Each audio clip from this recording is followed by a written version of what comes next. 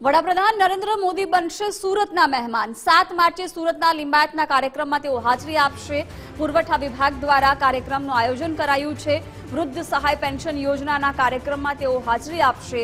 સાંજે 5 વાગે લિંબાયત ખાતે કાર્યક્રમ યોજાવાનો છે। રાત્રે રોકાણ પણ પીએમ મોદી સુરતમાં જ કરે તેવી શક્યતા છે। વિગતો સાથે સંવાદદાતા રાકેશ બ્રહ્મભટ્ટ જોડાયા છે। રાકેશ, વડાપ્રધાન સુરતની મુલાકાત લેવાના છે, શું વધુ વિગતો છે?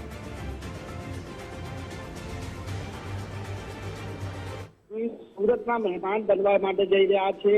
7મી માર્ચના રોજ તેઓનો સુરત પ્રવાસ છે અને ત્યારબાદ છે નવસારી ખાતેના કાર્યક્રમો પણ જે આયોજન છે તે કરવામાં આવ્યું છે। સૌપ્રથમ જે 7મી માર્ચના રોજ સુરતના લિંબાયત ખાતે આવેલા વિશાળ મેદાનની અંદર વૃદ્ધ પેન્શન સહાય યોજના હેઠળ કાર્યક્રમનું આયોજન કરાયું છે અને તમામ જે પેન્શન યોજનાના લાભાર્થીઓ છે તેમના આ કાર્યક્રમની અંદર પીએમ મોદી ખાસ ઉપસ્થિત રહેવાના છે અને આજે લાભાર્થીઓને જે અન્ય વૃદ્ધ પેન્શન યોજના થકી જે મળવાપાત્ર જે લાભો છે તેમના હસ્તકે પણ તેઓને આ લાભ છે તે આપવામાં આવનાર છે।